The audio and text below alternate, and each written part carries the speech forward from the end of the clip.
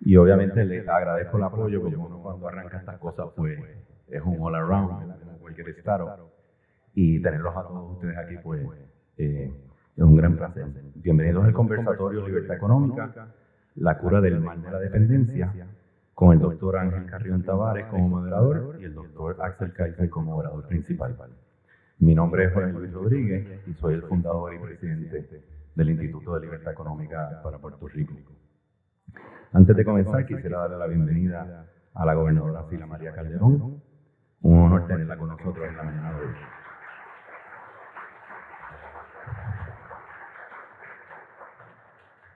También le damos la bienvenida a los miembros de la Asamblea Legislativa que nos acompañan. Gracias por estar aquí. Sepan que ILE, como Centro de Pensamiento del Libre Mercado, tiene como tarea principal hacer investigaciones académicamente robustas y basadas en datos para construir el conocimiento necesario para el desarrollo de política pública inteligente y que éstas les sirvan en sus funciones. Esa es nuestra razón de ser. Quiero reconocer la presencia de Melba Costa, que está en nuestra junta, y le agradezco el tiempo que nos dedica. También reconocer a los miembros de VIDA y de la Cámara de Comercio de su junta que están aquí con nosotros. Y quisiera reconocer la presencia de los recursos que han estado ayudando a hacerle lo que es hoy. Nicole Vilarte, el licenciado Arturo Bauermeister, el doctor Juan Lara, no ha llegado, pero entiendo que viene por ahí, el doctor Alex Ruiz, el economista Edwin Ríos, el profesor Ogel Rodríguez Burgos, y sobre todo nuestro director de investigaciones y política pública, la piedra y la roca intelectual de ILE, el doctor Ángel Carrión. Y lo que quiero mencionar sobre este grupo es que no hay think tank que pueda existir sin los pensadores, sin los académicos. Fue mi mayor preocupación cuando empecé, porque en PASIF conseguir ingenieros es bastante fácil entre las polemas, pero académicos en estos temas en Puerto Rico puede ser complicado, y gracias a Dios hemos encontrado talento local extremadamente competente, y eso pues nos ayuda a poder hacer lo que estamos haciendo. Quiero darle también agradecimiento a los donantes de ILE, que no somos muchos, son unos pocos, pero muy especial para mí, gente que le toqué la puerta cuando lo que había era un logo y una idea, y rápido hicieron el cheque y nos dieron el apoyo. Así que ellos saben quiénes son y siempre estaré agradecido por eso, por creer en la libertad económica y en el bienestar de Puerto Rico. También agradezco a la Asociación del Comercio al Detal, quienes son los que trajeron a Axel Kaiser ayer en el Coca-Cola Music Hall con 900 personas a que fuera el orador principal. Para mí fue chocante cuando me llamaron y me dijeron: queremos un speaker de Latinoamérica que hable de libertad económica para una charla de un gremio. Así que ya pueden imaginarse cómo uno se pone cuando recibe esas llamadas. Y muchas gracias, obviamente, Axel, por aceptar. Y a Mida, que aunque ya pedí auspicios ahí a última hora, me dijeron, claro que sí, cuenta con eso, así que les agradezco su auspicio. En ILE nos guiamos por la creencia fundamental de que la prosperidad de un pueblo se basa en la creatividad, en el talento y en la innovación de sus individuos. ILE es un centro de pensamiento de libre mercado no político. Nos enfocamos en política pública, no en política partidista. ILE se fundamenta en la Escuela de Pensamiento Filosófico Económico del Liberalismo Clásico. Esta es la escuela de pensamiento de economistas como Adam Smith, John Locke, Ludwig von Mises, Friedrich Hayek, Milton Friedman y Thomas Sowell, entre otros. Nuestra misión en ILE es remover barreras del sector público innecesarias que limitan y muchas veces obstaculizan la capacidad de los puertorriqueños a lograr la libertad económica. Me gustaría, si pueden ver en los panfletos que tienen, los Investor Prospectus, van a ver que hay un papel. Quiero hablarles brevemente de ese flyer, de las publicaciones que hemos hecho, para que tengan una idea. Las primeras son unos ensayos educativos. Estos ensayos educativos tenemos 9 ya, y vamos a hacer 15 de ellos con profesores de Puerto Rico, Estados Unidos y España. Son ensayos que tratan de los temas de libre mercado y libertad económica. Tenemos dos en las mesas, que son el derecho a la propiedad privada, del doctor Juan Lara, y la función del gobierno y el libre mercado, del profesor Ogel Rodríguez Burgos.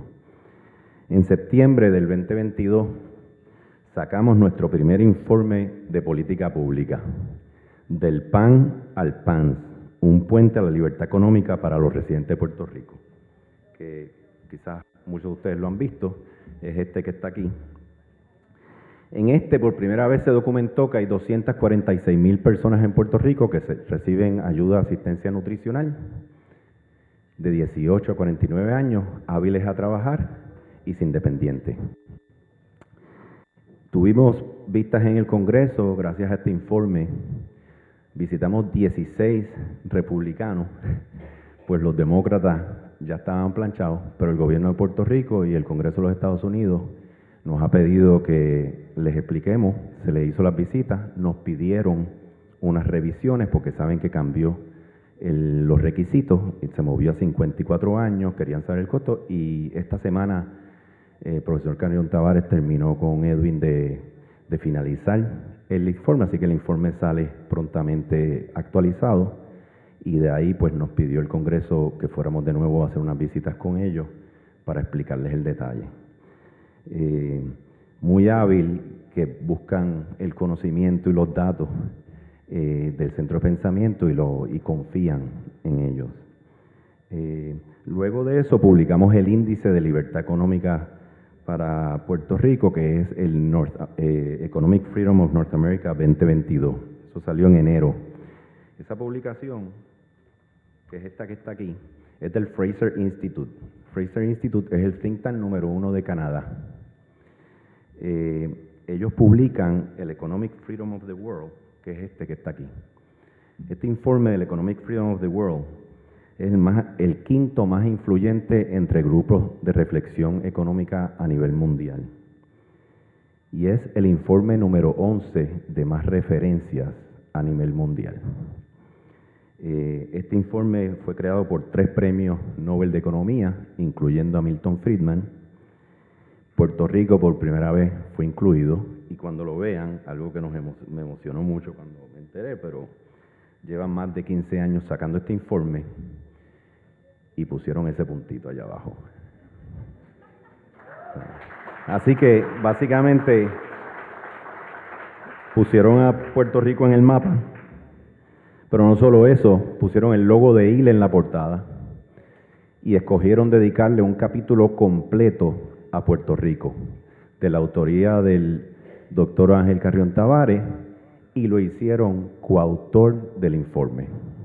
Y ahora pues están usando al profesor para otros trabajos también. Pero nos han abrazado, nos han dado la bienvenida, y tener acceso a un think tank de ese nivel pues es de gran prestigio.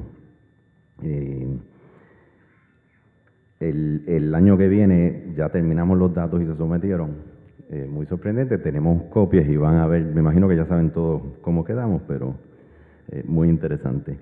Después de eso, en febrero del 2023, sacamos el License to Work.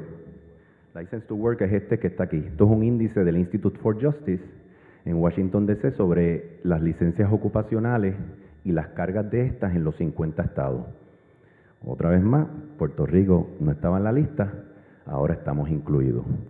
Esto fue gracias a un estudio de año y medio dirigido por el doctor Alex Ruiz, que está aquí con nosotros, otros profesores y estudiantes. Fue un trabajo fenomenal. El Departamento de Estado pidió ese estudio y nos honra el que ahora estemos en ese índice y seamos parte de él. El pasado abril del 2023 sacamos la encuesta de libre mercado.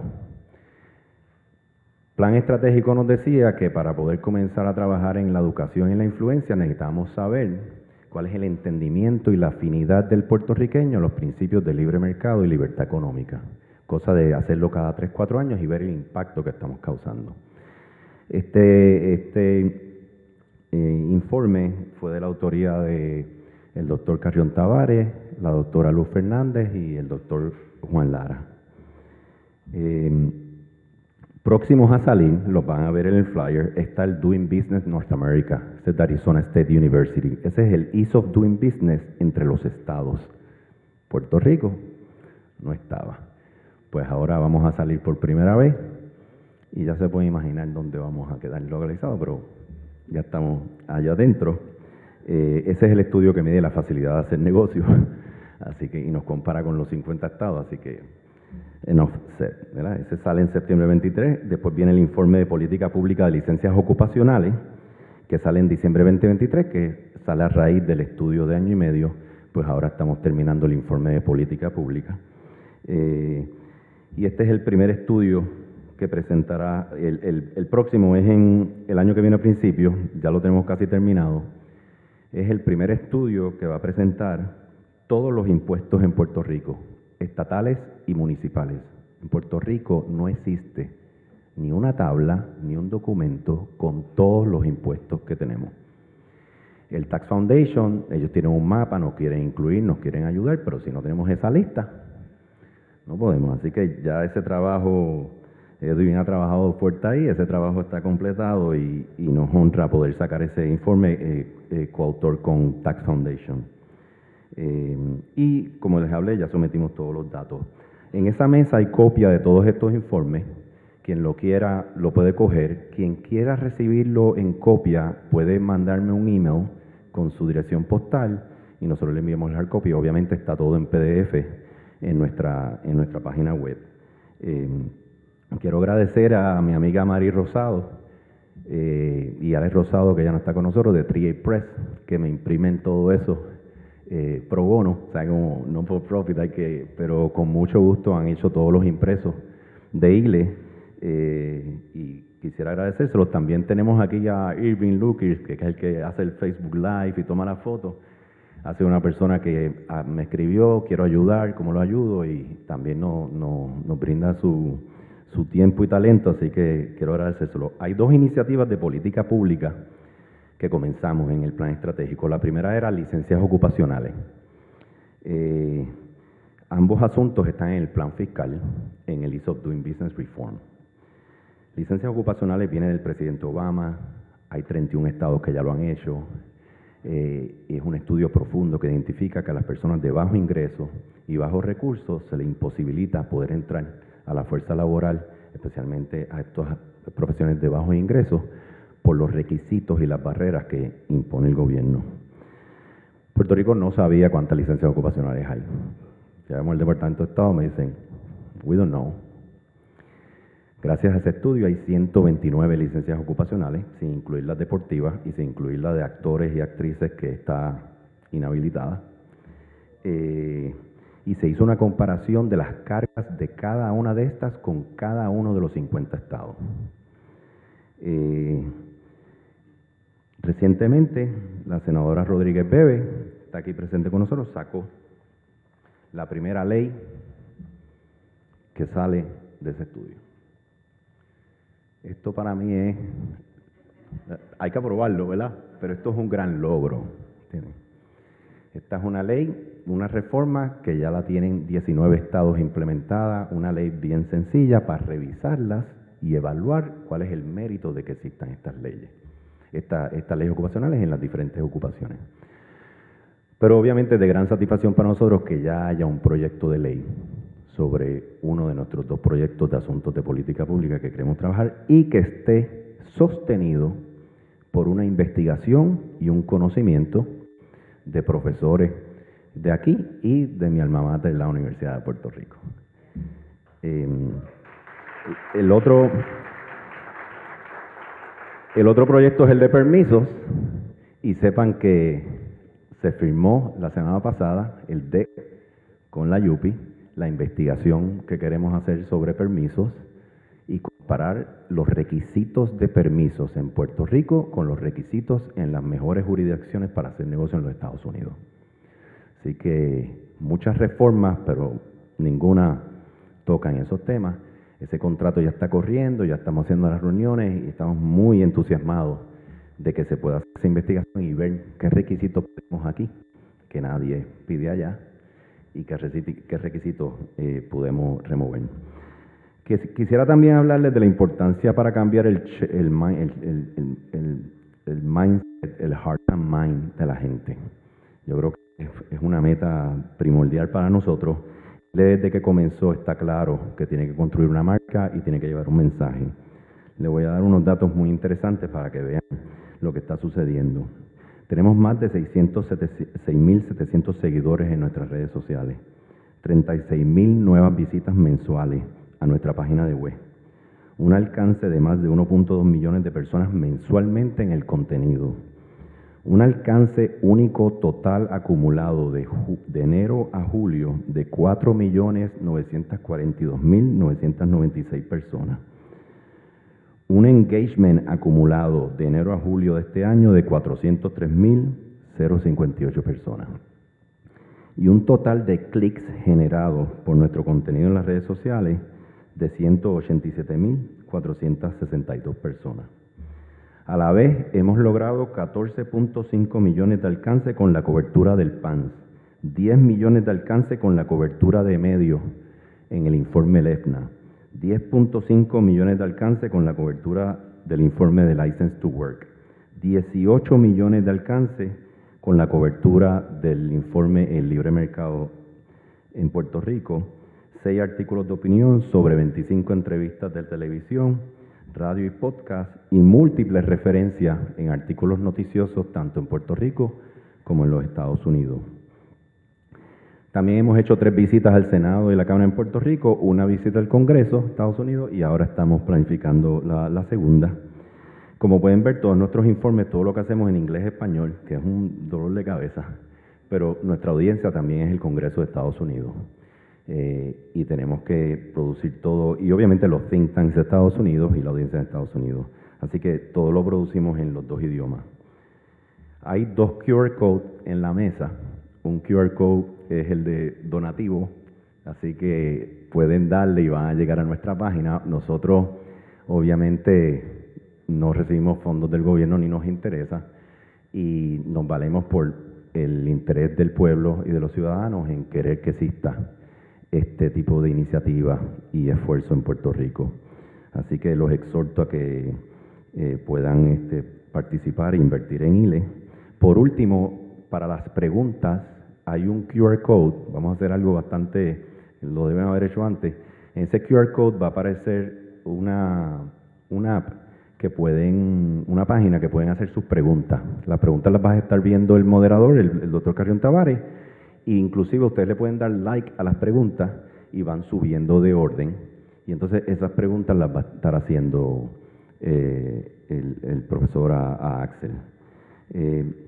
Por último, quiero entonces presentarles al doctor Carrión Tavares.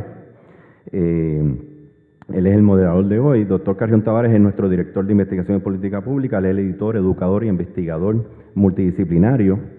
Fue fundador y editor de la revista de Economía y Política Pública Panorama 21, director del Seminario de Negocios Caribbean Business y editor jefe y presidente de la Junta Editora de la revista arbitrada Fórum Empresarial. Recibió el Premio Especial Teodoro Moscoso al Periodismo de Negocios del Overseas Press Club en el 2006 y la Medalla de Excelencia en Periodismo de la UNESCO en el 2005. Ha sido coordinador académico de certificado en edición y artes editoriales, profesor de geografía empresarial y regional y director del Centro de Investigaciones Comerciales e Iniciativas Académicas en la Universidad de Puerto Rico. Además, ha sido invitado a participar en varios foros internacionales, entre ellos como disertante en la Macrorueda del Turismo por el Ministerio de Comercio, Industria y Turismo de Colombia, como moderador del Foro Iberoamericano y la Iberoamérica y la Universidad, ¿dónde estamos y qué podemos hacer para fortalecer la democracia y el crecimiento con igualdad?, por la Universidad Internacional Menéndez Pelayo del Grupo Santander, como conferenciante en el primer Congreso Científico Cultural de Otoño, la tercera misión de la Universidad Pública por el Centro Universitario de la Costa en México, y como ponente en la International Research Conference por la Dartmouth University of Applied Science and Arts de Alemania. Así que los dejo con el doctor Carrión Tavares. Gracias. No se asusten porque ella ha traído papeles. Yo voy a ser muy breve.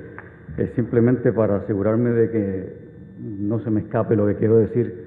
Y es que ayer cuando el doctor Axel Kaiser se presentó en ACDET, habló mucho sobre libertad económica y después de su presentación se acercaron varias personas a nuestro exhibidor y nos preguntaron sobre la libertad económica y sobre su importancia.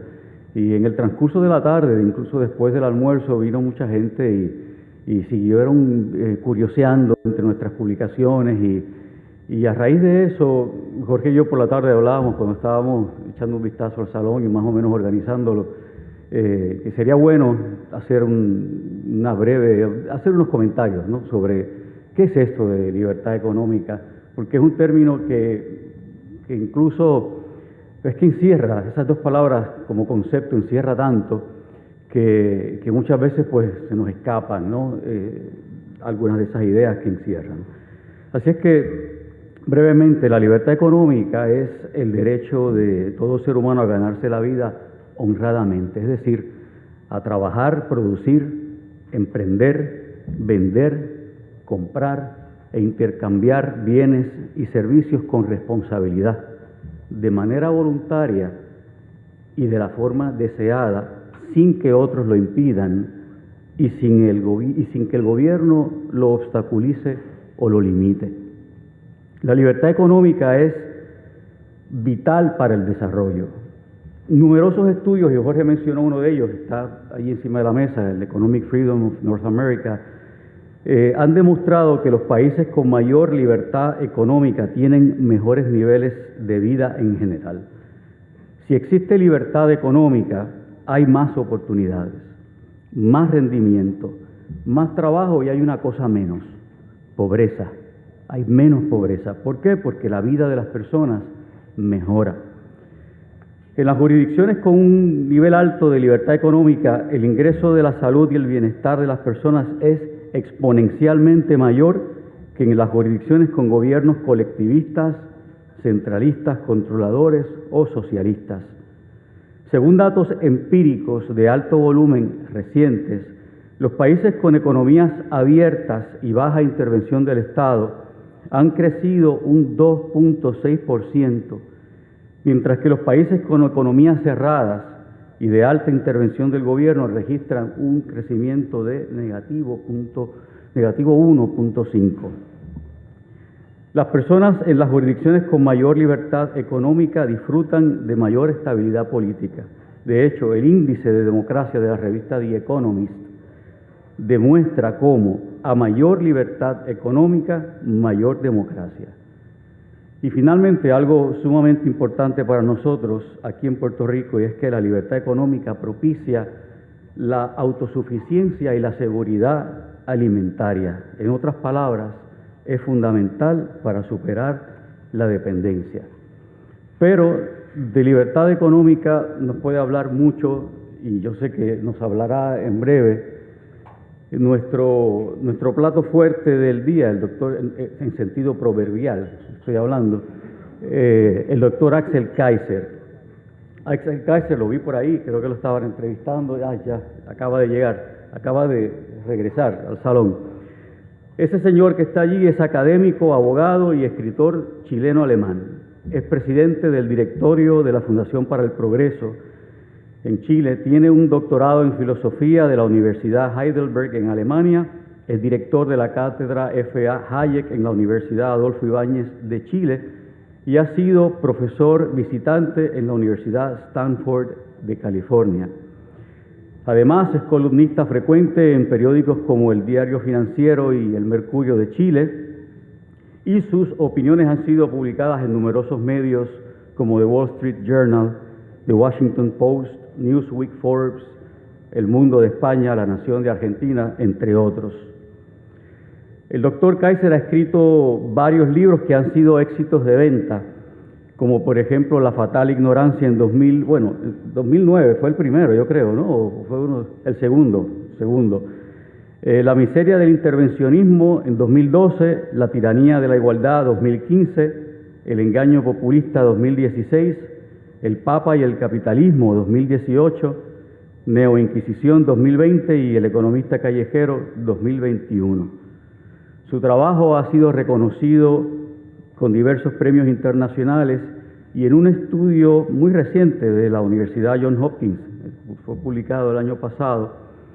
El doctor Kaiser fue clasificado como uno de los influencers de América y España de mayor impacto global, junto a figuras como el Premio Nobel de Economía Paul Krugman y el candidato presidencial argentino Javier Milei. Así que, sin hacerlos esperar más, le damos la bienvenida y le agradecemos por su presencia al doctor Axel Kaiser.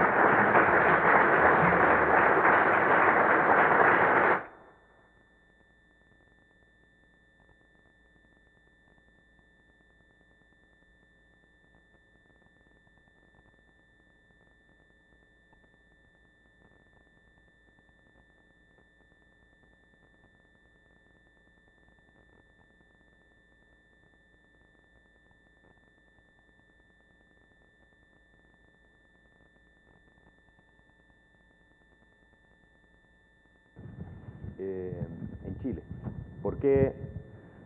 No porque es que me resulte fácil hablar de Chile, es porque Chile fue el país más próspero de América Latina durante muchas décadas, ustedes lo saben. Se conmemoran 50 años del golpe de Estado del año 73 que puso a Pinochet en el poder este año, y el gobierno de Gabriel Boric está haciendo un gran acto de manera tal de sacar partido político de toda esta situación.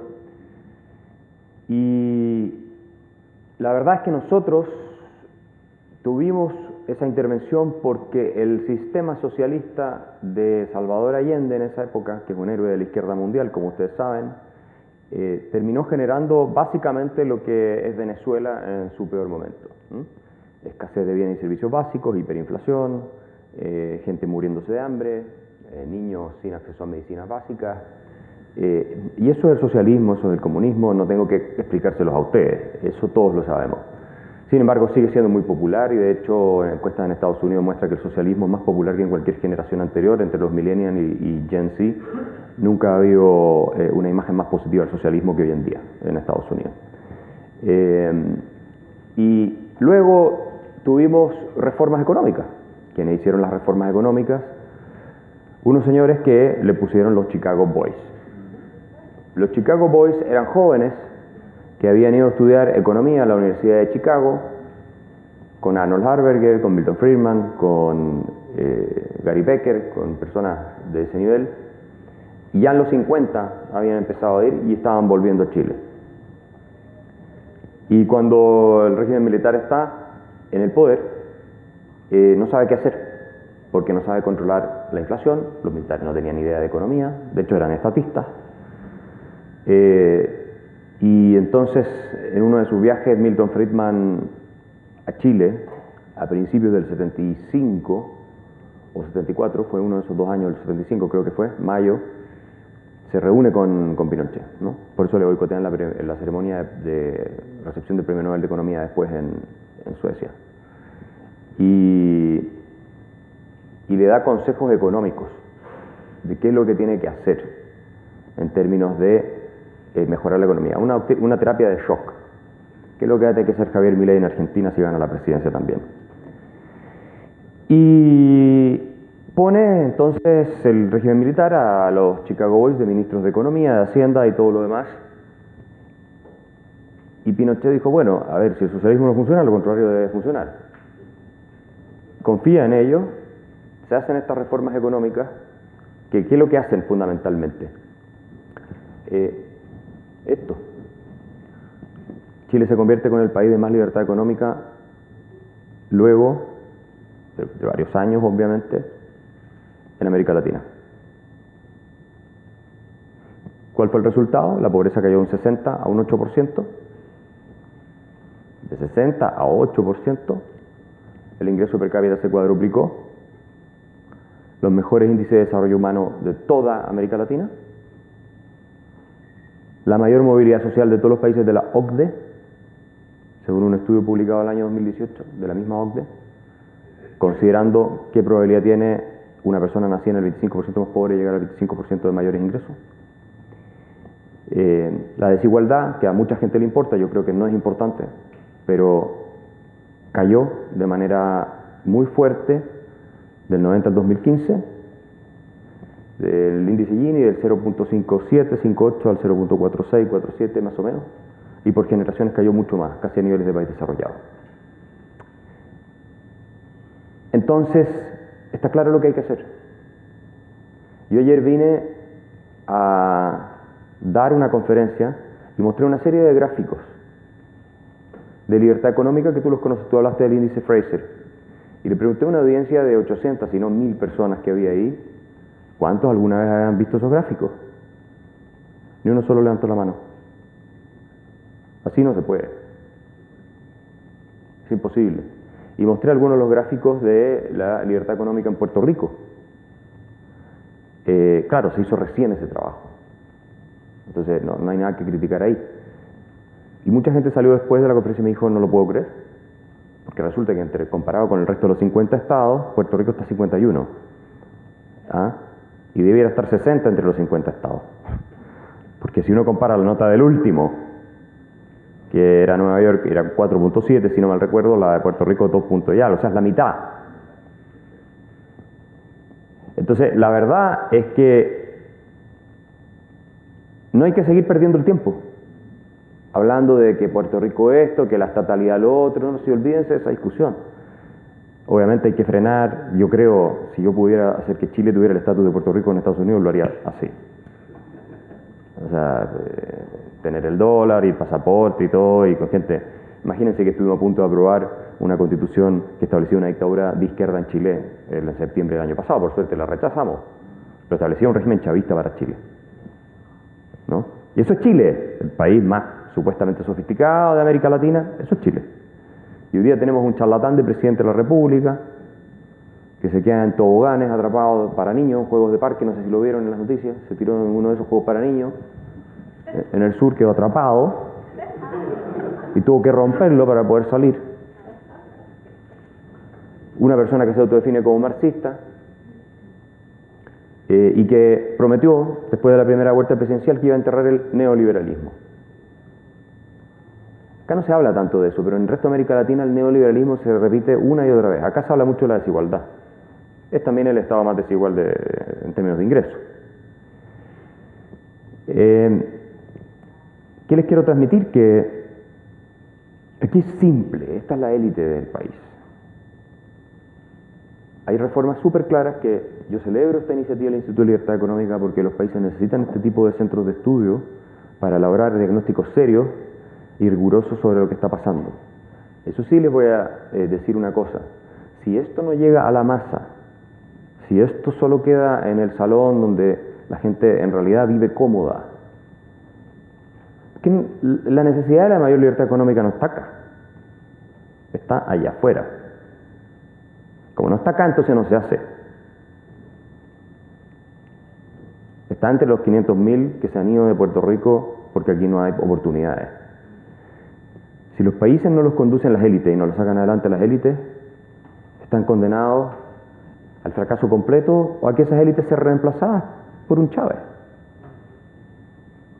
que barre con lo que hay. Entonces el cortoplacismo que yo veo en América Latina es algo alarmante. Nosotros estuvimos a punto de perder el país más rico de América Latina y yo les cuento la segunda lección del caso chileno. Empezamos a hablar de la desigualdad, de la desigualdad, de la desigualdad, de la desigualdad. Porque es como una religión esto de la igualdad, ¿no? Me parece que fuera mejor ser todos iguales en la miseria que desiguales en la riqueza. Y yo escribí varios libros y artículos anticipando muchos años atrás que todo esto se iba a terminar en un desastre. Llega Michelle Bachelet en su segundo gobierno, la que fue secretaria después de comisionada de Derechos Humanos de las Naciones Unidas, una admiradora de Fidel Castro, eso yo creo que la calificó para el puesto. Y admiradora confesa, no es que yo lo esté diciendo, ¿no? Tú para llegar a los derechos humanos de las Naciones Unidas tienes que admirar a la dictadura cubana. Hicimos reformas, subimos los impuestos. Si del año 2003 al 2013 tuvimos un crecimiento per cápita de la economía chilena de un 3.8, desde que subió Bachelet con esta obsesión de la igualdad y pasó sus reformas tributarias y otras educacionales, laborales, el crecimiento per cápita en Chile, 10 años, es prácticamente cero. 0.6. Como consecuencia, el país explotó el año 2019. ¿Por qué? Porque la gente estaba frustrada, porque los salarios reales no crecían, las cosas eran cada vez más caras, no había oportunidades, no había crecimiento económico. ¿Y le explotó a quién? Al presidente Piñera, el presidente de centro-derecha, que le entregó la Constitución a la extrema izquierda. Y por suerte no terminamos convirtiendo a Chile en una dictadura socialista. Yo les digo una cosa, en Chile no había nadie de todo mi círculo, y conozco a mucha gente que se habría quedado a vivir si se aprobaba la nueva Constitución. Se habrían ido todos. Puerto Rico tiene una ventaja, que como tienen pasaporte norteamericano se descomprime todo esto, porque la gente dice, si no me va bien en Puerto Rico me voy a Miami o me voy a donde sea. Pero la amenaza del populismo existe igual. Y los que están acá y tienen intereses acá tienen mucho que perder. Y por último, tienen una responsabilidad con la gente más desfavorecida. Y eso se resuelve con más libertad económica, con reformas de impuestos, con reformas que mejoran el Estado de Derecho, y cuestiones que para qué les voy a decir si aquí ustedes las conocen mejor que yo. Entonces, es frustrante ver cómo esto ocurre en América Latina una y otra vez. Yo a los colombianos que ahora están con un delincuente del presidente de la República, que es Gustavo Petro, su hijo de hecho está preso, ¿no? Pero él era un delincuente, si ustedes estudian su historia. Le dije a los empresarios colombianos, ¿cuántas veces que me invitaban 10 años atrás, 8 años atrás, prepárense porque aquí iba a llegar un populista de extrema izquierda al poder? Entonces empiecen desde ya. ¿Qué hicieron? Nada. Porque como nunca les había pasado, no lo creyeron. Lo mismo se lo dije a los empresarios chilenos. ¿Qué hicieron? Nada. Pues cuando empezamos a hacer algo nosotros con un par de amigos empresarios, ya era tarde, ya la ola iba para el otro lado.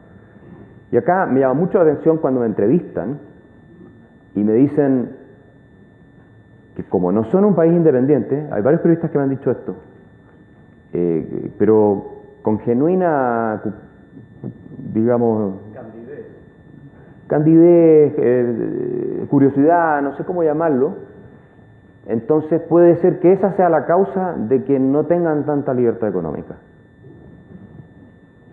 O sea, si no estuvieran en Estados Unidos, esto sería como Venezuela. Estoy exagerando, pero... Bueno. O sea, lo que está en Estados Unidos obviamente favorece la libertad económica por muchas razones que podemos entrar a explicar, pero hay un desconocimiento, una ignorancia acá, que yo no veo al mismo nivel ni siquiera en Argentina. No existe en Chile. Con todo lo que nos pasó, porque algunos además estuvimos 24/7, yo ya llevo muchos años en esto, pero luchando en los medios de comunicación, debatiendo con todos los enemigos de la libertad, por decirlo de manera amable, y con centros de estudio, en fin. Yo lidero el centro de estudio, el think tank de mayor impacto en Chile. Y lo creamos el año 2010 con empresarios, y somos lejos los que más tenemos seguidores en redes sociales, y gente joven, tenemos la mayor influencia nosotros. Y lo que ha logrado mi amigo Javier Milei en Argentina. Por eso es tan importante que esto no quede solo en papers, esto tiene que explicarse en todas partes. Hice un trabajo de larga data, porque si no, esta ignorancia termina siendo un capital muy fértil para que surjan, emerjan todos estos populistas y la aprovechen, y mientan, ¿no? Y engañen y digan cualquier estupidez y la gente se la crea. Entonces, ¿de quién depende eso? De las élites. Hay que tener estos centros de estudio, y la gente que está en estos centros de estudio tiene que tener no solo académicos que escriben papers, tiene que tener intelectuales públicos. Como era Friedman, por lo demás, un intelectual público. Un académico, pero un intelectual público.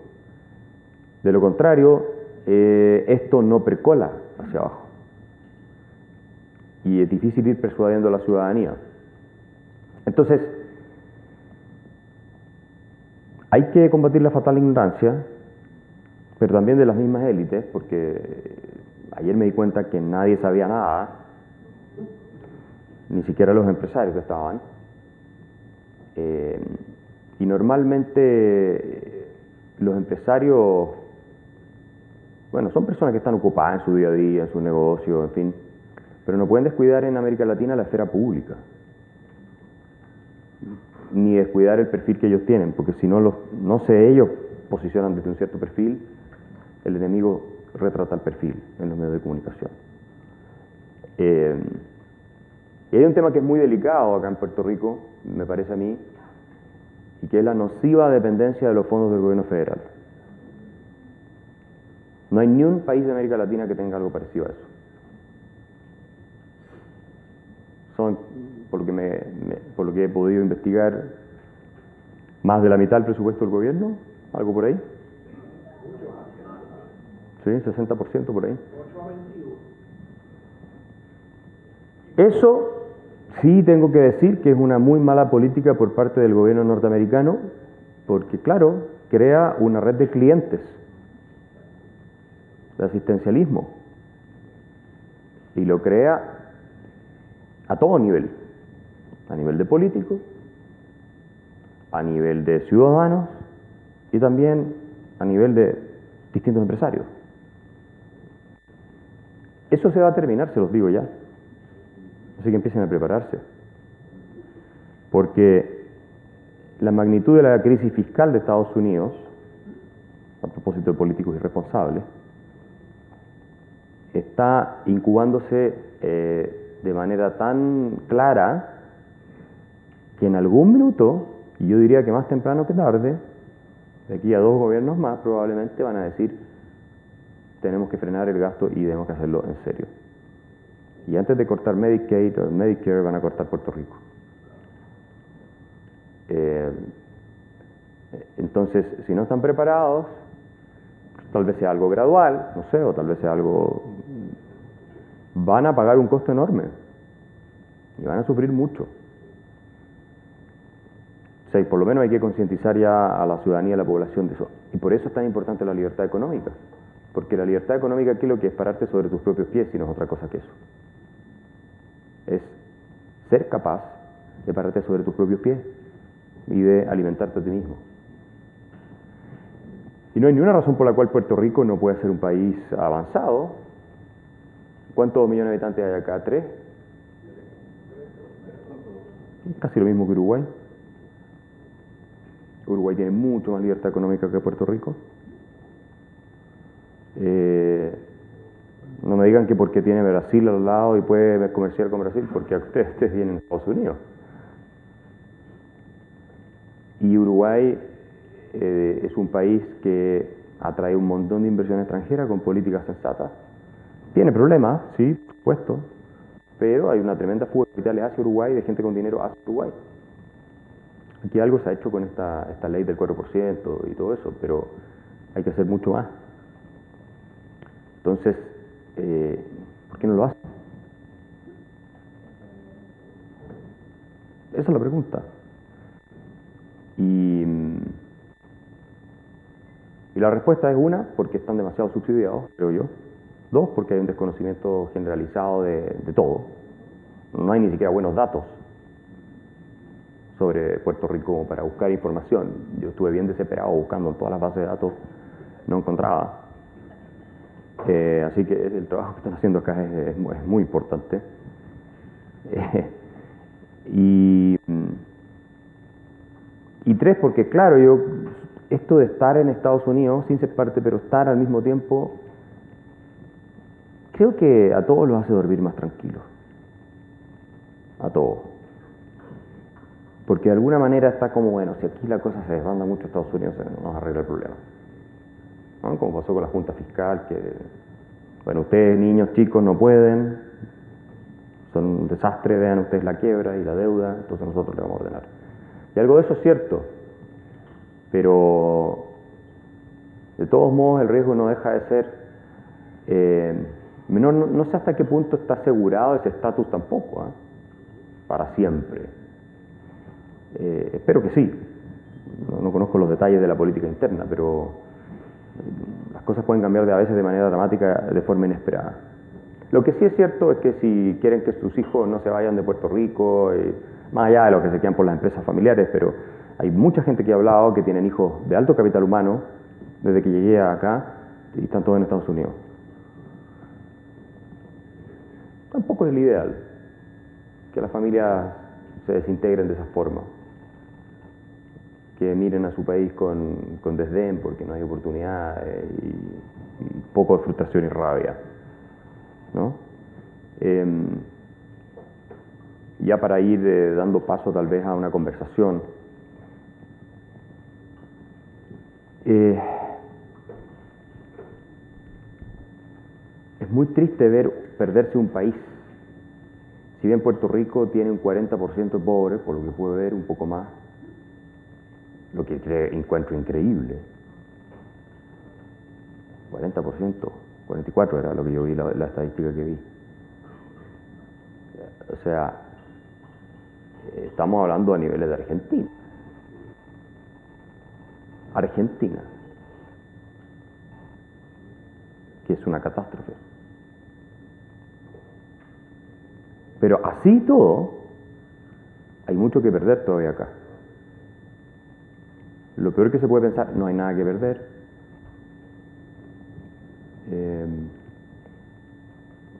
Hay ciclo electoral, entiendo, el próximo año.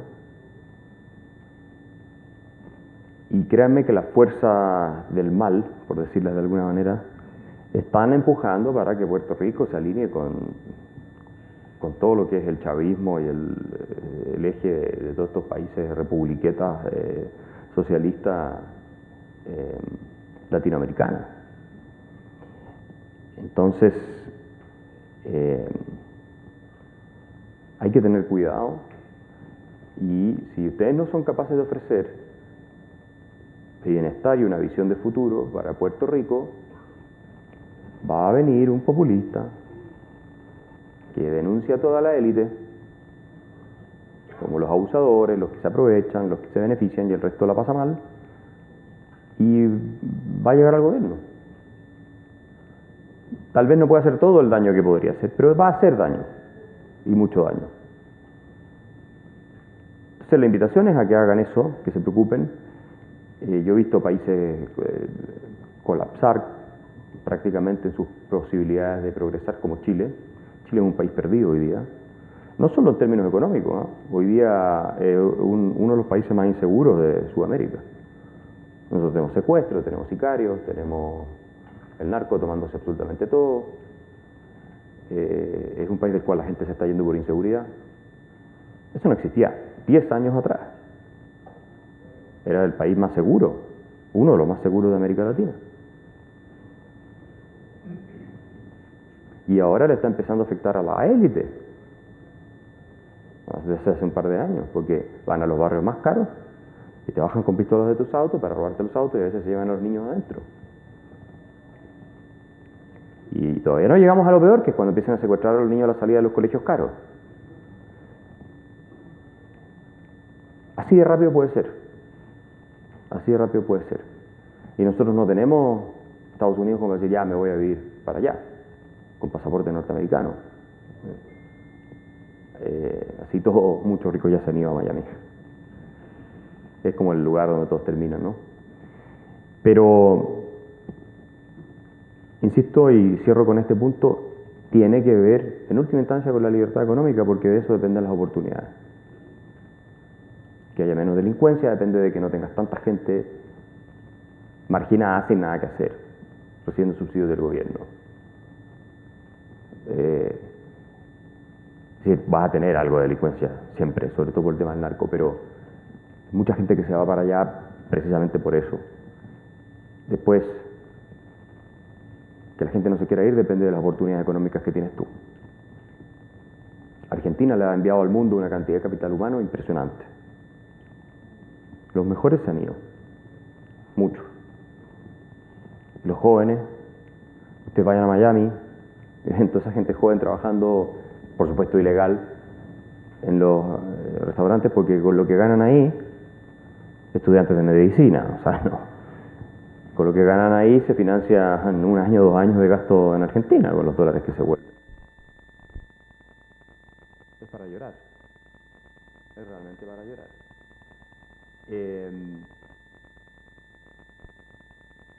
El mundo de las ideas y el trabajo que puede hacer este instituto son fundamentales. Nosotros logramos cambiar la opinión pública, contribuimos de manera importante en Chile gracias a la Fundación para el Progreso, el centro de estudio que yo soy presidente, a la generosidad de empresarios que apoyaron eso y logramos salvar a Chile de lo peor, ¿no? Y ahora la ola viene hacia el otro lado. Vamos a ver si la oposición es capaz de capitalizarla, porque son bien ineptos, pero se pelean mucho entre ellos, todos quieren ser la figura, entonces es complicado, no es tan simple, porque la izquierda tiene una cosa que hay que reconocérsela, que como viven todos del poder, que tú los tiras al mercado y la mayoría no son capaces de generar un centavo. Entonces se ponen de acuerdo a la hora de las elecciones y de todo eso, porque de eso viven. Su religión es la política, su comida es la política, su hobby es la política, su pasión es la política, todo es la política. En cambio, en la derecha, como hay tanta gente competente, que si no está en el gobierno es un profesional o es empresario o lo que sea, al menos desde el punto de vista de la capacidad de autofinanciarse, no digo que sean genios para nada, entonces las rivalidades son atroces. Y se pelean y no se ponen de acuerdo y se dividen. Y la oposición más vergonzosa, yo creo, de la historia de la humanidad es la oposición venezolana. Lejos. Qué desastre es la oposición venezolana. Otro país que he seguido desde hace mucho tiempo y muy de cerca. Yo creo que si se hubieran sabido organizar y aliar, tal vez habrían logrado hacer un cambio sostenible en Venezuela, en el minuto en que pueden hacerlo, ahora ya no tienen nada que hacer. Y nunca se va a ir ese régimen democráticamente. Así que,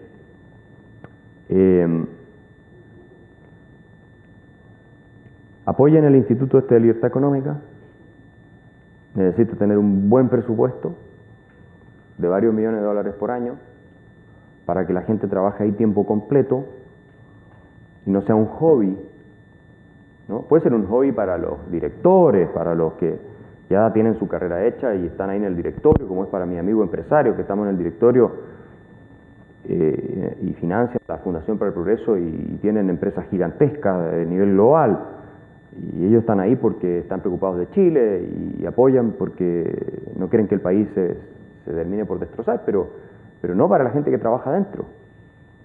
La gente que trabaja adentro tiene que tener sueldos de mercado, y nosotros aplicamos esa política y la aprendí del Fraser Institute, de hecho.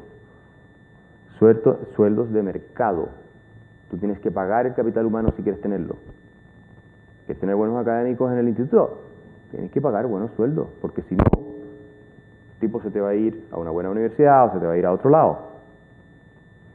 Y no es un gasto, es una inversión. ¿Ya? Nosotros tenemos esa filosofía en Chile. Porque, digamos, está muy bien esto de la libertad económica, pero a fin de mes tienen que pagar las cuentas, ¿cierto? No basta el, oye, te felicito por lo que estás haciendo, te felicito, pero, a ver, ser freerider es fácil, ¿no?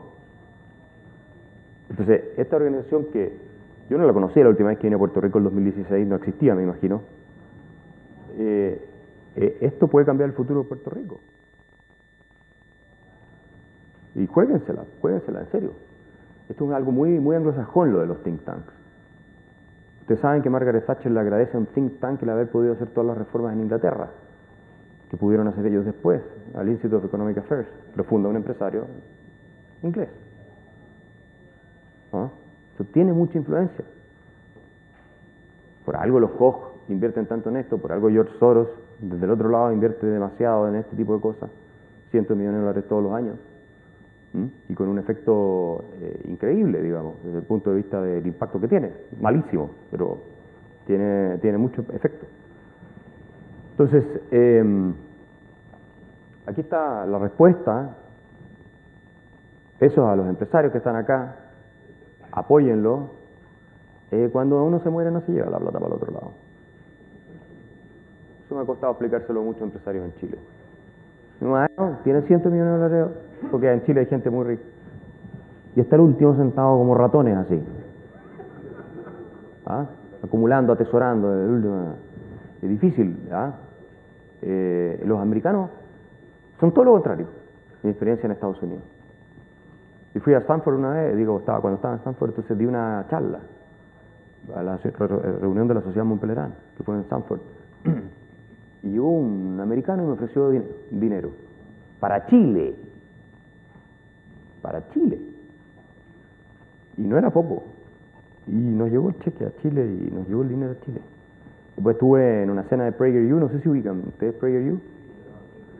Yo di esto salió ahora publicado hace poco, una entrevista que me hicieron ahí, se llama Stories of Us, y salí ahí, pero yo estuve en la cena anual de PragerU, y en una noche levantaron $6 millones, con los empresarios que estaban ahí,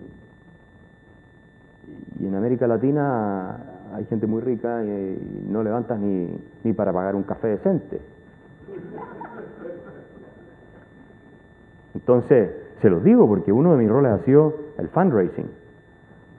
Yo he tenido la suerte que como soy conocido y me ha ido muy bien en la arena de combate con todos los zurdos, entonces se me han acercado a mí a ofrecerme plata.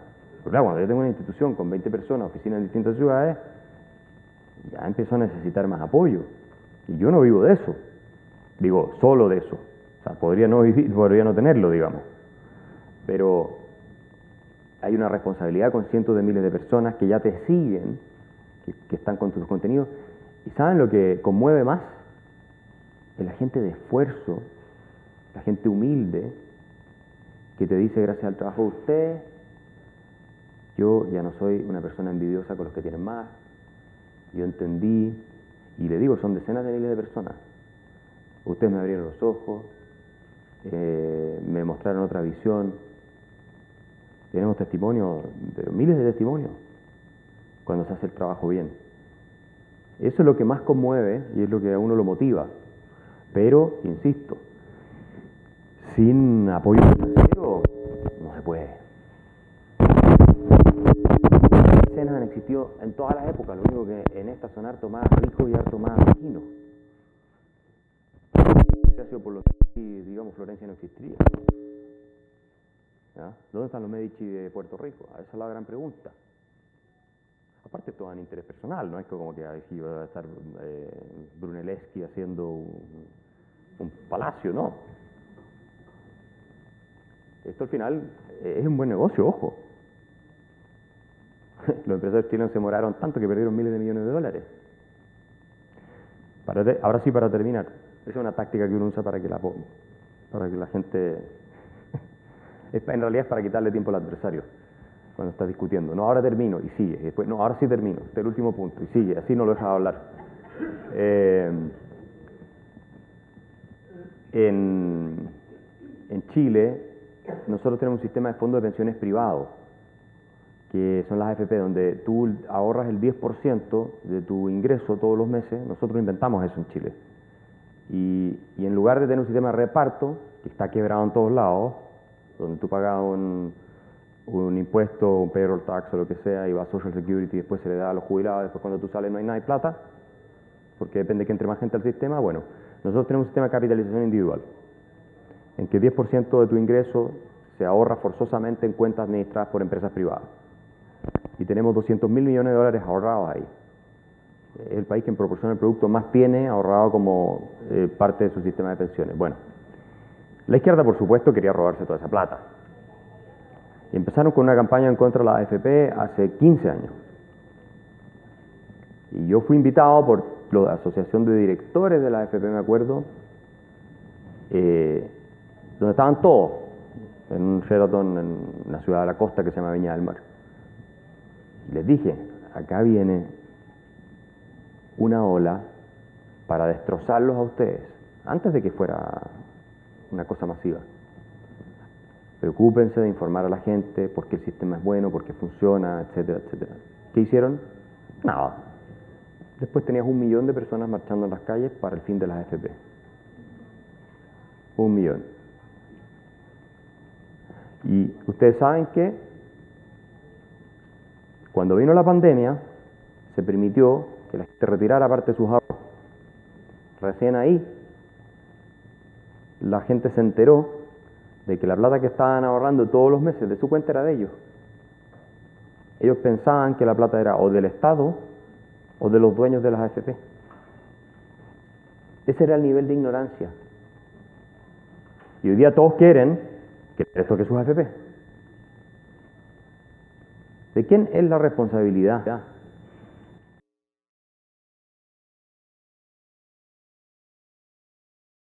Generando rentabilidad. ¿De quién? De las mismas AFP. Es de los mismos empresarios. Esa instancia del Estado para el sistema, para la que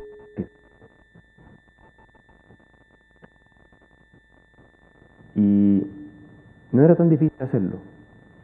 Pero la comodidad de estar ganando mucho dinero, estar en tu sillón ahí tranquilo, puso el sistema en jaque. Y todavía están ahí tratando de eliminarlo. Entonces, esa es una lección que yo quiero transmitirles porque ya está asegurado cuando tú no haces el trabajo que tienes que hacer. Y ese es el trabajo de las ideas y el trabajo de formar a la población. Y de informarla y de contarle en términos simples cuál es la realidad de las cosas. Así que eso, apoyemos al Instituto de Libertad Económica, ese es el camino, y espero que tengan mucha suerte y tengan también intelectuales públicos dispuestos a ir a todos los debates, a enfrentarse con los pulpos que están ahí, tratando de destrozar la libertad económica para ellos avanzar su agenda de poder. Gracias. Gracias. Gracias, Alex. El profesor, tenemos, para los que no pueden accesar las preguntas en el app, porque parece que el QR code no está llegando, pero entren a Slido, S-L-I-D-O, Slido, y el evento es el número 186-8327. Hay algunos que están entrando, otros no pueden. Slido 186-8327. De nuevo, si les gustó una pregunta de alguien, le dan like. Slido 186-8327.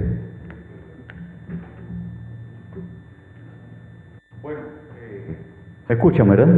Sí, perfecto.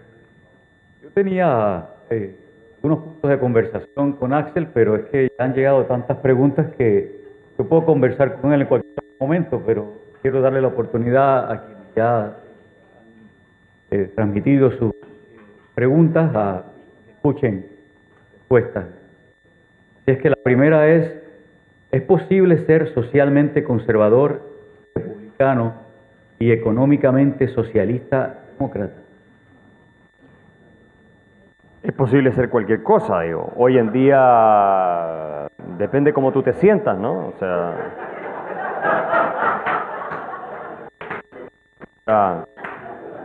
y puedes cambiar además todos los días.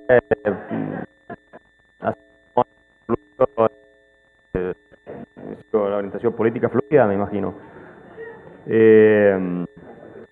Pero hay mucha gente de izquierda que es conservadora, ojo, en términos morales.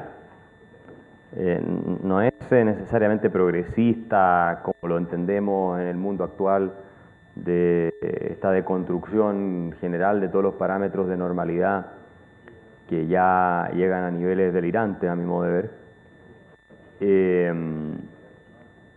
Y eso es algo antiguo, no es nuevo.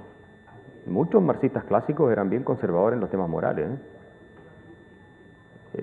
Así que supongo que sí. ¿Quién soy yo para juzgar? Muy bien. Nos preguntan por aquí, en Puerto Rico hay 2 o 3 élites tratando de educar a las masas desde sus distintas perspectivas. ¿Cómo se trabaja con ello? ¿A quién le creemos?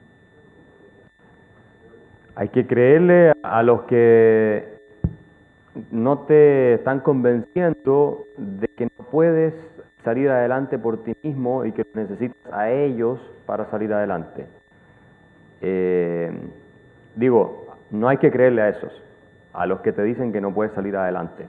Porque, a ver, En última instancia, ¿cuál es el discurso populista o el discurso socialista, colectivista? ¿Cuál es? Es el que mata la fe en ti mismo. Te dicen, tú eres un incapaz, no puedes salir adelante, no te lo dicen así. ¿Por qué? Porque están estos otros que oprimen y son los culpables de todos tus males. Dame el poder a mí, y dándome el poder a mí, yo te voy a arreglar la vida. Eso es. Destrozan la fe en ti mismo. ¿Sí? Este es un problema de autoestima, un problema de filosofía espiritual, si ustedes quieren. Cuando una persona no se tiene confianza y la convencen de que es víctima, y eso sí que está de moda, ser víctima de todo, entonces va a buscar a un salvador, a un redentor, a un poderoso, a alguien, a una autoridad que le resuelva el problema y le saque de encima a los malos que supuestamente lo están oprimiendo. Eso no hay que creerles, obviamente. Eso no quiere decir que a veces sí hay. Pongan ustedes el ejemplo de Javier Milei en Argentina, tomemos ese caso. Claro, él dice, hay una casta que tiene el país totalmente cerrado y lo explotan en su país. Y es cierto lo que él dice, pero él no está diciendo elíjanme a mí porque yo voy a darles esto, les voy a dar lo otro. Al revés, está diciendo elíjanme a mí porque conmigo van a tener libertad, van a poder hacer negocio, no va a haber inflación, voy a dolarizar la economía y voy a sacarles de encima a estos parásitos. Pero ustedes se paran sobre sus propios pies, no esperen que les esté regalando esto, que les esté regalando lo otro, porque eso no va a pasar. Entonces no es el discurso clásico de la izquierda. Y el tema es que él tiene razón. La izquierda, y esto es lo que hay que entender, viene de una matriz ideológica que es el marxismo. En todas partes. No la socialdemocracia, que algo pero la izquierda más típica. Y el marxismo es básicamente una ideología de la envidia y la revancha contra los que son exitosos. Eso es. Y el resentimiento. Puro resentimiento. Ahora, disfrazado de crítica a la estructura económica, a la estructura, a la explotación, disfrazado todo eso. Pero el marxismo es eso, es finalmente una filosofía de la envidia. ¿Ya? ¿Y qué significa? Mientras eres un sistema, mientras más exitoso, el ataque es más duro. Porque claro, cuando tú tienes, lo vimos en Chile, un país que ha permitido que haya gente que se haga multimillonaria, y no todos progresan al mismo ritmo, porque es lógico, somos distintos, en fin, más se produce esa diferencia que ellos detestan. Como consecuencia, culpan al sistema.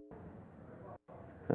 Y es la manera como ellos van a acumular poder en sus manos en última instancia, diciendo que ellos van a cambiar el sistema y ahora sí van a ser todos felices. Ese es el riesgo que tú tienes en toda América Latina, y no solo, cada vez más en Estados Unidos. La izquierda que hoy día tienes en Estados Unidos con AOC, con toda esa gente, es izquierda posmoderna marxista. El posmodernismo es una ideología derivada del marxismo. Todo este identitarianismo, toda esta deconstrucción que hay de los parámetros de normalidad y este relativismo absoluto, porque la premisa central del posmodernismo es que la verdad no existe, ¿no? Como la verdad no existe, toda una construcción social y una narrativa que ciertos grupos desarrollan para oprimir a otros. Entonces, todo, ¿eh? La historia de éxito de Estados Unidos, la Declaración de Independencia, la Constitución, todo es una narrativa nada más de hombres blancos, heterosexuales, que buscaban oprimir a todos los demás, especialmente a los negros. Por lo tanto, tiene que ser destruido. Y ese es el camino que está avanzando el Partido Demócrata en Estados Unidos. Eso, yo no descarto a largo plazo una guerra civil en Estados Unidos. Porque la última vez que se puso en disputa el alma de Estados Unidos de esa manera fue por el tema de la esclavitud y terminó en una guerra civil. Y tú estás viendo cómo se están alejando la posibilidad de diálogo cada vez más entre demócratas y republicanos, cómo haya gente, la gente izquierda en California, la gente derecha se está yendo a vivir a Florida. Así está pasando, salvo por algunos que por impuestos se mueven. Pero eso es muy peligroso. Y eso viene de pensadores alemanes y franceses fundamentalmente, que tuvieron un tremendo impacto en las universidades norteamericanas, que están todas perdidas. Las universidades norteamericanas son una vergüenza hoy día. O sea, yo no mandaría jamás a un hijo a estudiar a Harvard. Si quiero que salga no entendiendo nada del mundo y salga totalmente woke, lo mando a Harvard. O si le quiero hacer daño cerebral, lo mando a Harvard. ¿No? Salvo que estudie alguna ingeniería o matemática o algo así, donde tal vez está un poco más a salvo. Pero yo estuve en Stanford y les puedo decir, es una locura eso. Tú caminas entre realmente campo minado, o sea, tú no sabes qué decir en qué minuto porque se te viene la turba encima. Es realmente desquiciado.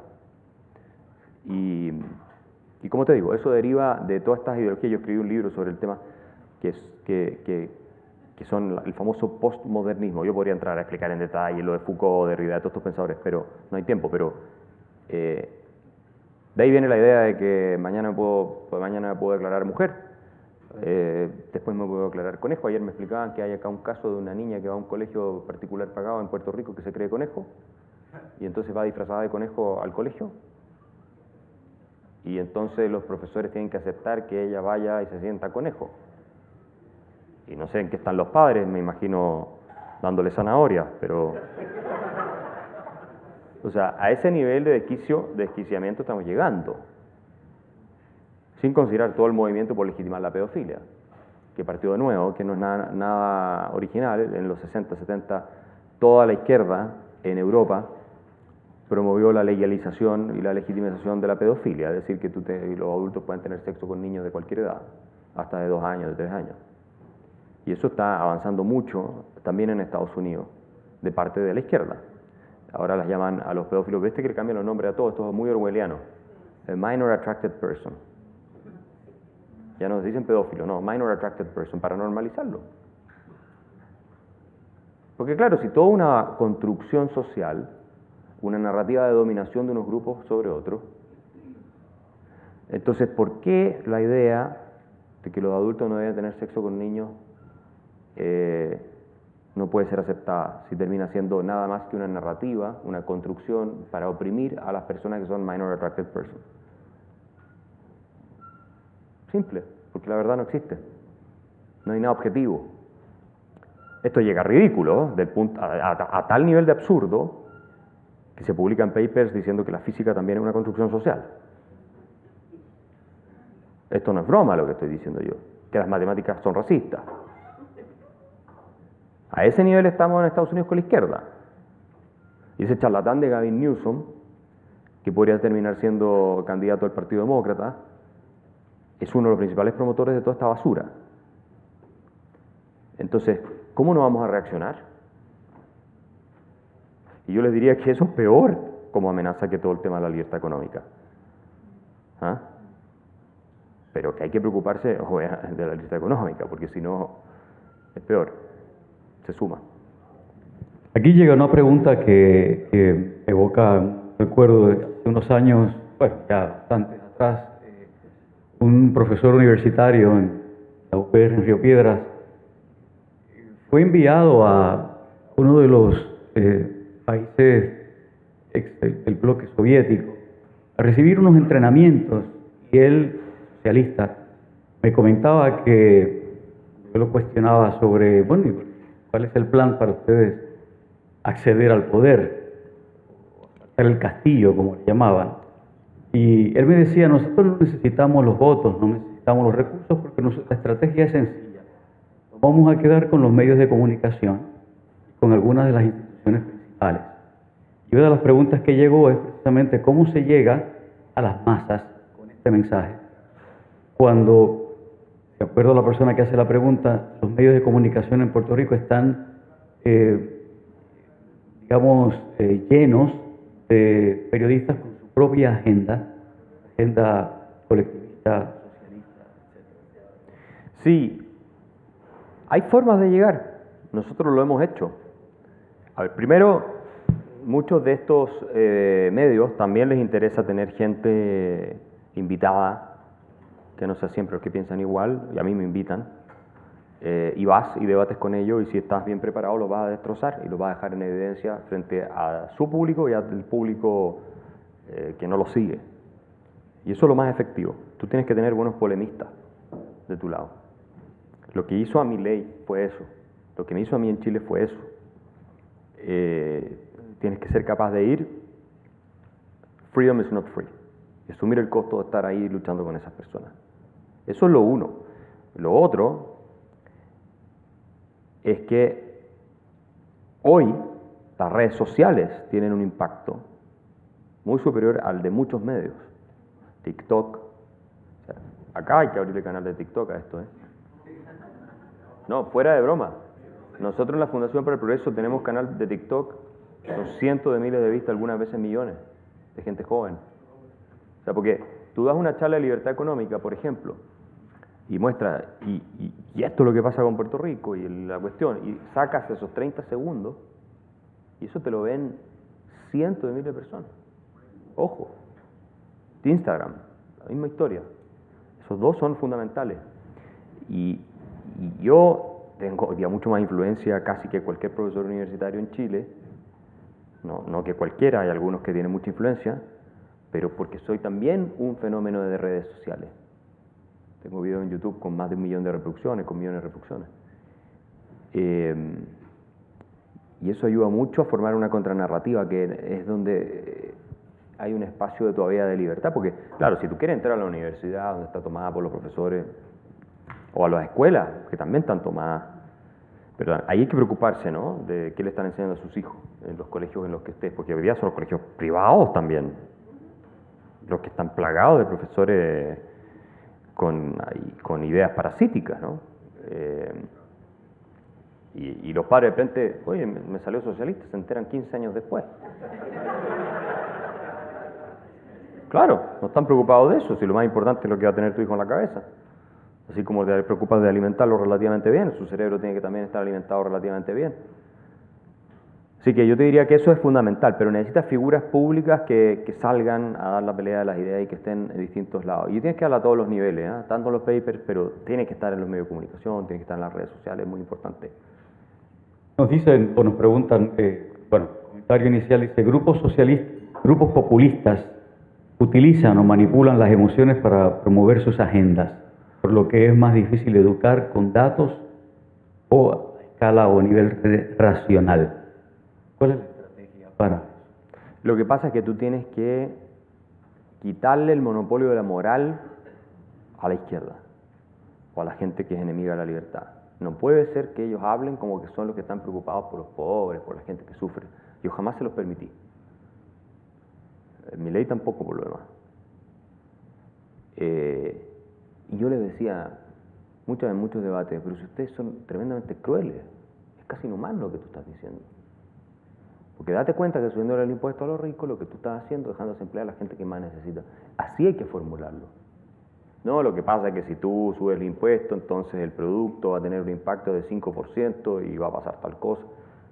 Eso es para otro foro, pero no para los foros donde tú estás persuadiendo, no al que está discutiendo contigo. No se trata nunca del que está discutiendo contigo, se trata del público que está mirando. De eso se trata. Y tu adversario es el instrumento que a ti te permite que tu mensaje tenga mucho más impacto. En la medida en que tú tienes un adversario ideológico con el que tú tienes un debate, que al final es un combate, es como entrar al ring de boxeo esto, ¿eh? O más bien MMA, porque todo vale. Y tú sales como el Conor McGregor de la cuestión, olvídate el fenómeno que se produce de la gente necesita figuras heroicas, ganadoras. Sí, de pronto en un salón de empresarios, de académicos muy sofisticados, el estilo es otro. Y después te ven a ti en las noticias y tú dices, ay, pero ¿cómo puedes hablar así? ¿No? Se ponen así. ¿Cómo puede hablar así? Qué agresivo. Putifruncis todos, que no son capaces de hacer ningún cambio real. Tú necesitas espíritu combativo. Esto es una lucha entre los que quieren destruir nuestra calidad de vida y nuestra libertad y los que queremos preservarla y ojalá profundizarla y mejorarla. Así de simple. Y si no creen que es una lucha, vayan y pregúntenle a los venezolanos, pregúntenle a los nicaragüenses, pregúntenos a los chilenos que estuvimos recién ahí al borde del abismo, pregúntenle a los argentinos, pregúntenle a los cubanos, y suma y sigue. Y hay que ganarla.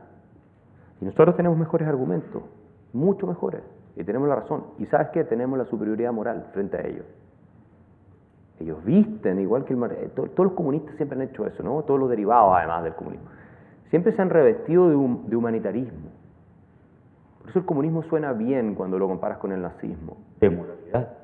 Exacto. El comunismo declara querer el bien del hombre, declara querer la libertad humana, la igualdad y todas esas cosas. Pero en realidad busca todo lo contrario. Busca el genocidio, la dictadura totalitaria, la opresión, y que el partido se consolide como hegemón sobre la vida de todos los demás. Los nazis eran mucho más honestos, porque te decían, no, nosotros somos la raza superior, a todos los demás los vamos a esclavizar. Tú sabes a lo que va. El comunista te vende, la izquierda te vende esta ilusión de que está preocupada por ti, cuando es mentira. Es nada más que una estrategia retórica. Es sumamente perverso como ideología. Bueno, el nazismo también. De hecho, son emparentados ideológicamente, la gente mucha no lo sabe, pero lo son. Vienen de la misma matriz ideológica. Y eso no hay que permitirlo. Entonces, ¿qué pasa? Los seres humanos somos extremadamente sensibles a las jerarquías morales. Una buena persona goza de buena reputación social. Lo que es considerado una buena persona normalmente está en la cima de la pirámide. Tú puedes tener mucho dinero, pero si eres considerado un delincuente no estás en la cima de la pirámide. Va a haber gente que te va a seguir porque tienes dinero, pero no hay muchos clubes en los que no te van a recibir.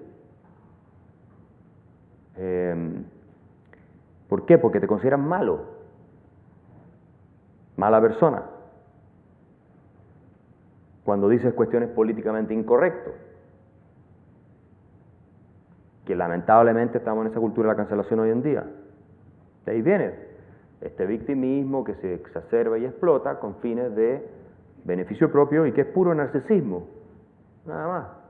Es que somos marginados los afroamericanos, es que somos marginados las feministas extremas estas que hablan de todo eso, o es que somos marginados y oprimidos los indígenas o los de no sé qué. Mentira. Es para obtener beneficios, para obtener cuotas, para obtener privilegio y poder. Claro, porque si tú entras en una cultura del victimismo y te declaras víctima, tu estatus se catapulta y todo el mundo tiene obligación además de oírte y hacer lo que tú quieres, porque eres la víctima. Y así te dejan como el malo. Entonces te dicen, si no estás de acuerdo con tal cosa, eres un machista, eres un homofóbico, eres un transfóbico, eres un nazi, un xenófobo, lo que sea. Y con eso, ¡pam!, no tienen que hacerse cargo de tu argumento porque liquidaron tu carácter. Te dejaron como tú eres malo, por lo tanto contigo no hay que conversar. Y esa es la típica técnica que usa la izquierda. Tú eres malo. Y degradan tu imagen moral frente al público. Mises lo decía, que los seguidores de Marx no habían argumentado en contra de sus opositores, que lo que hacían era etiquetarlos, descalificarlos, injuriarlos, y siguen haciéndolo. Es la forma estratégica cuando se ven superados en el plano de las ideas por los amigos de la libertad. Sí, pero no hay que dejárselos pasar, No hay que dejárselos pasar. Hay que demostrar que ellos son los inmorales y que son esto y que son lo otro. Y tienen algunos amigos por ahí que no les ayudan mucho, ¿no? O sea, Nicolás Maduro, y lo han defendido toda la izquierda latinoamericana, a Chávez, a Maduro, ni hablar de Castro, Fidel, y toda esa gente. Entonces tienen mucha, y aparte son unos corruptos. Cristina, bueno, ahora nosotros en Chile tenemos el peor escándalo de corrupción en décadas, ¿no? Todos estos puros y santos que iban a llegar de la nueva generación a limpiar todo, resultaron ser peor que Alibaba. y aquí los 400 ladrones, porque no son 40. Axel, aquí hay una pregunta sobre algo que yo te he escuchado hablar y es la siguiente.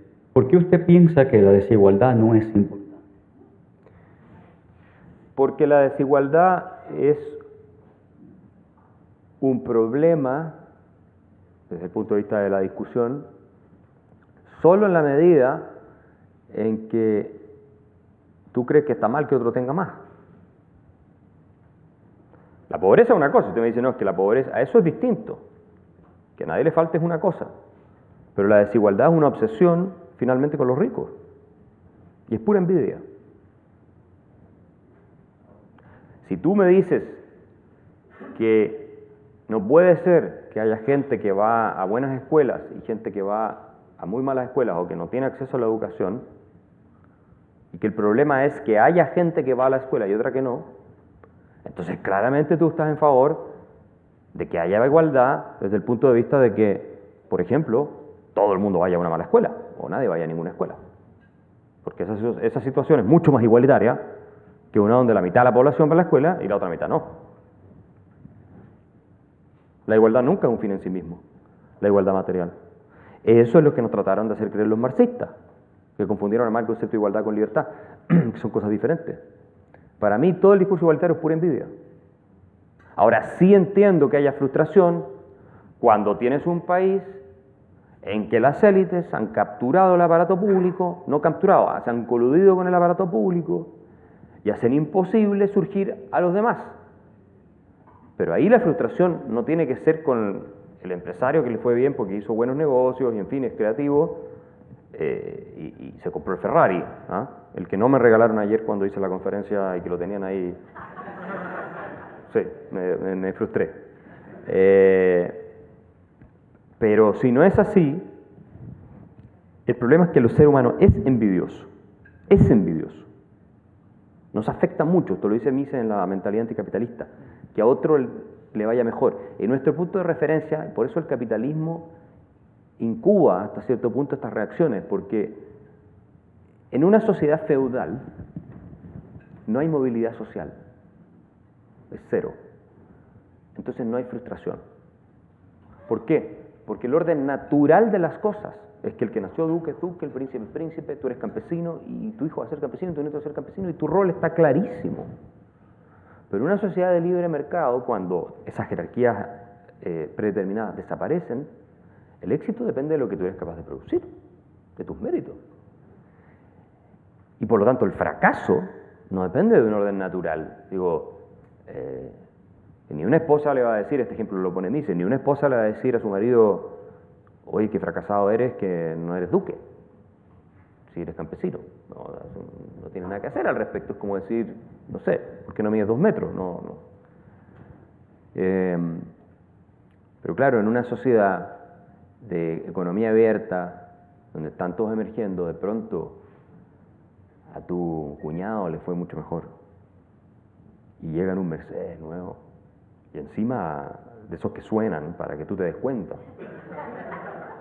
¿No? Y después en una casa mejor y tú empiezas a mirar y dices, eso te genera envidia, porque el punto de referencia es muy cercano. Nadie le tiene envidia a Steve Jobs o a, qué sé yo, a Elon Musk. Nosotros no nos comparamos con eso. La gente le tiene envidia al primo, al amigo, al compañero de trabajo. Así funcionamos los seres humanos. Y todo ese resentimiento se termina proyectando contra el sistema. Y la izquierda lo capitaliza. Y muchas veces la clase media, la más envidiosa. No son los más pobres. Es la clase media la que es como que está, pero no está. Quiere ir a los clubes, ir a los restaurantes y estar pero no le da. Y tiene esa aspiración, entonces le da rabia. Nos preguntan, ¿deben los empresarios aquí presentes auspiciar medios de comunicación que promuevan y legitimizan las posturas zurdas? Si se quieren suicidar, sí. Ese es un impulso y un instinto muy común en la comunidad empresarial en muchas partes, la de financiar medios de comunicación y zurdos. Por 2 razones lo hacen, yo diría. Una, porque les gusta tener a gente zurda cerca, de manera tal de que les dé cierta tranquilidad de que los tienen comprados. Entonces, a la hora del problema o de que arden las cosas, tienen algunos defensores, ¿no? La otra es que a veces las ideas zurdas son muchas veces, ¿no? Son muy stylish. Sexy. Es como, mira, tengo un nuevo peinado, me compré el reloj de última moda, el de James Bond que salió recién, tengo, no sé qué auto. Bueno, tengo estas ideas. Porque para pertenecer a cierta élite tienes que pensar de cierta manera. Si no, no puedes pertenecer. O sea, tú no puedes ir a Hollywood y decir soy republicano, voto por Trump, porque aunque tengas la mejor película de la historia, nadie la va a producir, ¿no? Tienes que pensar de izquierda, si no, no puedes estar. Eso se llaman luxury beliefs. Ya no te distingues solo por tu ropa, tu reloj y tu auto, sino que te distingues por el conjunto de creencias que tú tienes y que te hacen pertenecer a una élite que se siente moralmente superior a todo el resto y entonces recibes a Greta Thunberg y le das abrazo y te juntas con todas esas figuras del mentalismo apocalíptico y por supuesto vas viajando a tu avión privado como Leonardo DiCaprio por lo demás, a todos lados, emitiendo lo que un ciudadano normal emite en toda su vida en un solo viaje. Pero tú le dices a todo el mundo que no puede andar en su Toyota de motor 1.6, porque eso es lo que está arruinando el planeta. Y voy a decir algo bien, ¿puedo decir algo ordinario? Como medio grosero. Es pura masturbación moral. Eso es. Autoexcitarte con la sensación de superioridad moral que te da esta impostura. Eso es todo. ¿Ah? Se siente realmente orgásmico poder decirle a todo el mundo que son inferiores a ti. Ya no solo tienes la superioridad en términos de que tu plata es más, de que tus redes de amistades son increíbles porque estás de Hollywood y después vas para allá y para acá, sino que además te crees mejor persona que los otros, no le estás dejando ni eso. Eso es parte de cómo funciona. Entonces, claro, muchos empresarios caen en ese juego. Y en última instancia, en Chile pasó igual, ¿ah? Y los medios de comunicación fueron los grandes promotores de todo el desmadre del 2019, de esa crisis que tuvimos delictual y la explosión social que tuvimos. Y después se asustaron mucho. Así que yo creo que hay que recordar el artículo de Friedman que hablaba del impulso suicida de la comunidad empresarial. Tiene un artículo con ese título. Nos piden una definición de élite, ya que se ha mencionado varias veces, y a propósito de eso hay otra pregunta, dice, la élite presente creó y prosperó por 70 años, el resultado es la debacle económica actual. Si hicieron dinero ahora, ¿cómo se puede motivar cambio? La élite finalmente es aquel grupo, lo constituye aquel grupo de personas que tiene la posibilidad, el poder de tomar decisiones o influir en decisiones que influyen a todos los demás y afectan la vida de todos los demás, ¿cierto? Y por eso si los países no se hacen cargo de las élites y los seres humanos somos una especie jerárquica, es imposible entre seres humanos no tener jerarquía, no se puede. La horizontalidad completa no existe, nunca existió y jamás va a existir. Bueno, si las élites no se hacen cargo, se reemplazan por otras, que es peor. Si los comunistas, los bolcheviques eran una élite al final. Reemplazaron a los zares y resultó mucho peor para los rusos vivir bajo el yugo comunista. Y los nazis fueron una élite también. Y así, Fidel, que desplazó a Batista, desplazó una élite por otra, y en todos lados lo mismo.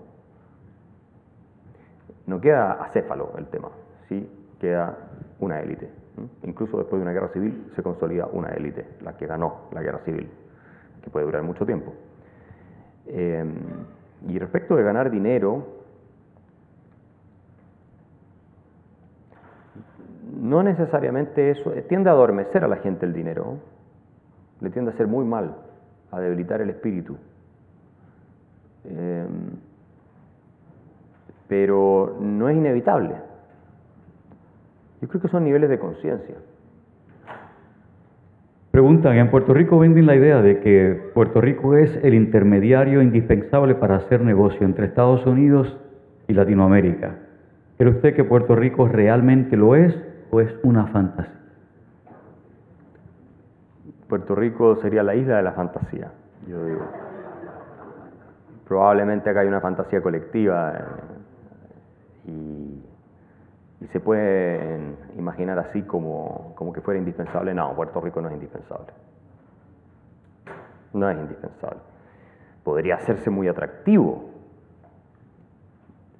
con políticas económicas adecuadas, y creo que estas normas que han sacado del 4% y todo lo demás ayuda, pero no es indispensable. Casi ningún país es indispensable.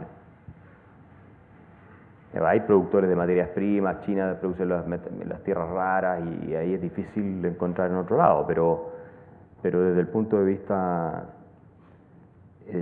ni en Argentina he oído algo de tanta alta autoestima como eso. Eso es mucho decir. Sí, o sea, nosotros somos indispensables, no, nunca lo oí. He oído cosas allá, pero delirantes, pero eso, ahí sí que se anotaron un triunfo que yo no me esperaba. Nos preguntan por Trump.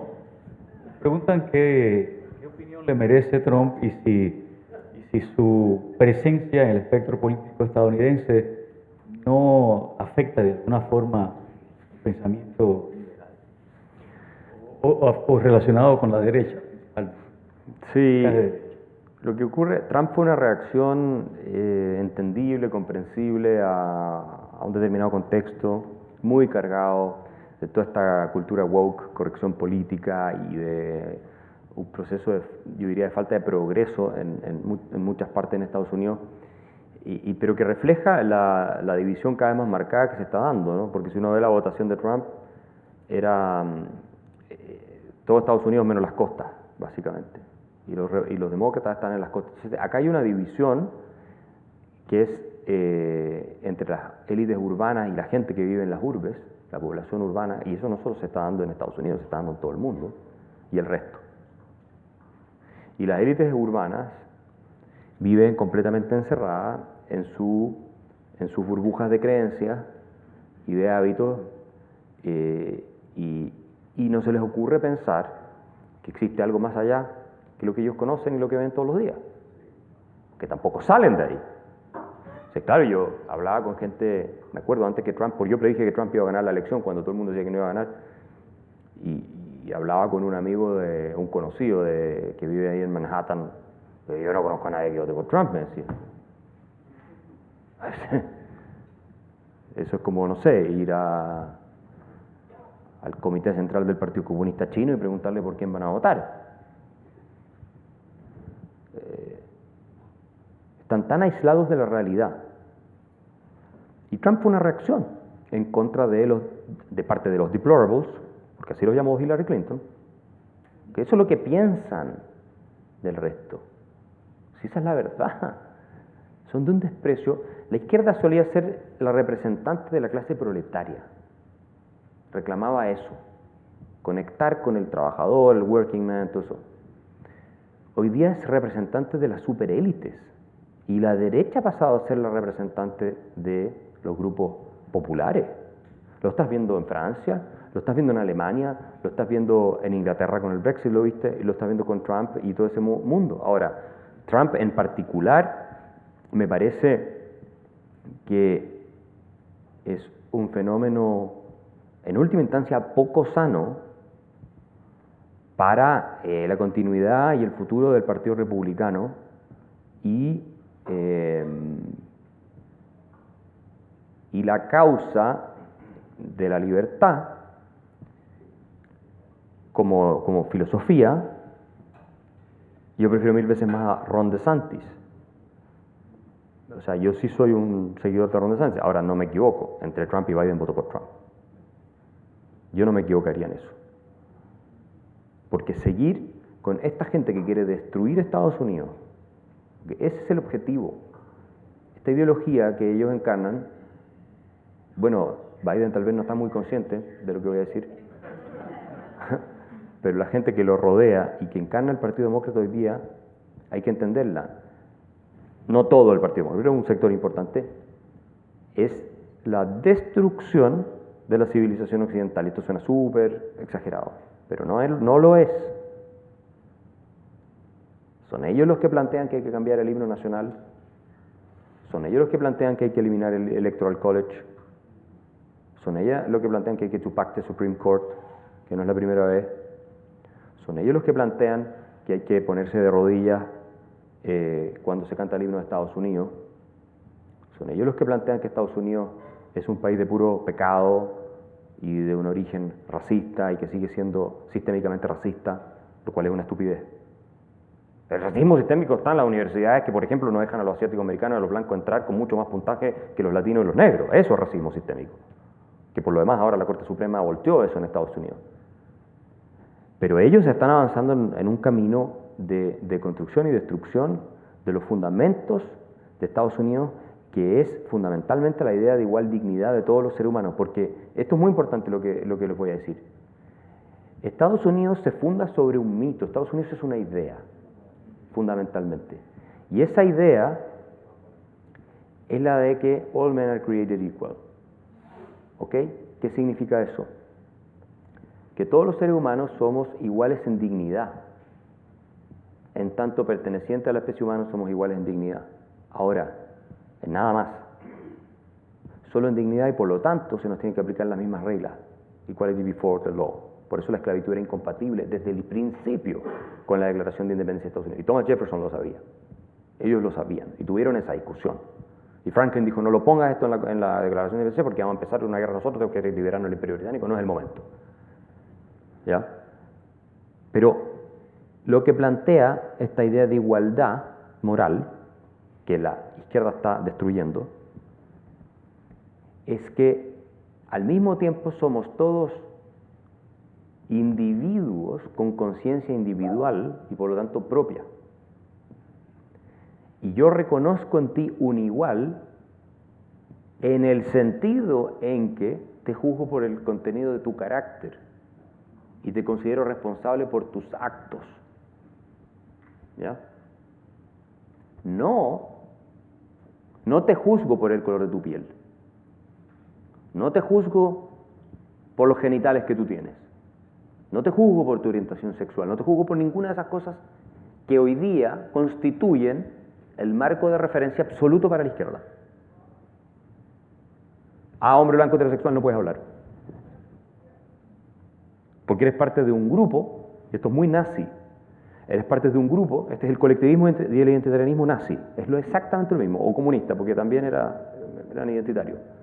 Parte de un grupo que como tú eres blanco, hombre heterosexual, yo ya tengo absolutamente claro quién eres tú, qué vas a decir, te conozco completamente, aunque no sepa tu nombre, ni siquiera.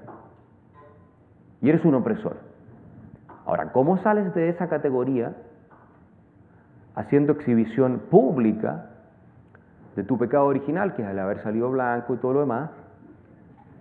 Como en la época de la Edad Media, ¿se acuerdan ustedes cuando pasaban esto que se autoflagelaban con los látigos para demostrarle a todos los demás que eran más puros y que eran conscientes de su pecado, mientras los otros no?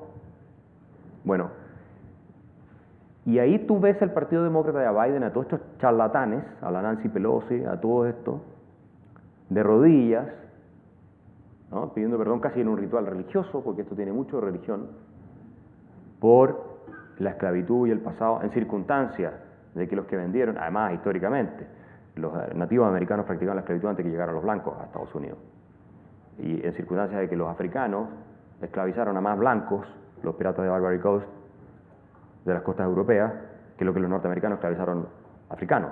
Y en circunstancias de que fueron los mismos africanos los que vendieron a los otros africanos a los blancos. Y en circunstancias de que los árabes esclavizaron a más gente que todos los demás juntos. Entonces, esto es una estupidez de principio a fin. Si hay gente que terminó con la esclavitud, fue la civilización occidental, liderada por blancos. Que es irrelevante que hayan sido blancos, pero ya que estamos hablando de blancos o negros, entonces digamos que fueron blancos. Pero ese es el problema de hoy que tú ves en el Partido Demócrata. Por eso yo jamás votaría, salvo por algún demócrata como Bill Maher, no sé, alguien así, pero no votaría nunca por esta gente, porque esta gente viene inspirada, viene completamente alineada con las doctrinas posmarxistas. Totalmente. Y si ellos siguen avanzando, Estados Unidos va a terminar en una guerra civil. Porque están reemplazando la idea del individuo que está en la fundación de Estados Unidos, de conciencia única, singular, a quien tú juzgas por el contenido de su carácter y por sus acciones, al que consideras responsable, único, por sus acciones, la están reemplazando por la idea de una identidad grupal que se define a partir de cualidades, de características adscritas sobre las que tú no tienes ningún control, como tu color de piel y todo lo que yo ya hablé. Y eso es exactamente lo que hicieron los nazis. Usted es judío, raza inferior, usted es ladrón por naturaleza, usted es esto, usted es lo otro. ¿Ah? Usted es ario, raza superior, entonces tiene esta posición. Si usted es judío es un opresor. Los nazis decían eso, que los judíos eran opresores de los alemanes. Y que todos los padecimientos de los alemanes eran porque había una injusticia estructural en que el orden estaba establecido, en que ellos oprimían a todo el resto de los alemanes. Si esto es lo mismo, exactamente lo mismo, hay diferencias históricas, no hay un Hitler que lo esté a todos, pero eso no santifica a Donald Trump, pero explica la reacción con Donald Trump. Ahora, si Donald Trump entra a la cárcel, que yo no creo que alcance a entrar a la cárcel, pero si sale elegido de nuevo, que es probable, yo creo que vamos a tener una sorpresa muy grande respecto a lo que él va a hacer. Porque no creo que quiera salir de la presidencia después de nuevo para que lo metan a la cárcel. Y eso me tiene muy preocupado. Lo entendería porque están utilizando el sistema judicial también como un arma en contra de él. Puede haber cosas que haya hecho, pero estúpidamente, por lo demás. Pero muy peligroso empezar con esa disputa con además un candidato presidencial que puede llegar a ganar y que tiene una cantidad de gente, de millones que lo siguen de manera muy ferviente. Eso en general no se hace. A Nixon no lo metieron en la cárcel por el tema de Watergate, que era bastante peor, yo creo. Tenían más sentido republicano en esa época. Axel, hay tantas preguntas que nos tomaría el resto del día contestarlas, así es que habíamos previsto que este conversatorio durara alrededor de, digamos, hasta las 10:30, y nos hemos pasado de eso, así es que te agradezco mucho el tiempo, el compartir con este grupo de personas que ha llegado aquí esta mañana, y deseo que tengas un resto de la estadía en Puerto Rico grato y un feliz regreso a Chile. Gracias a ustedes, gracias por la invitación.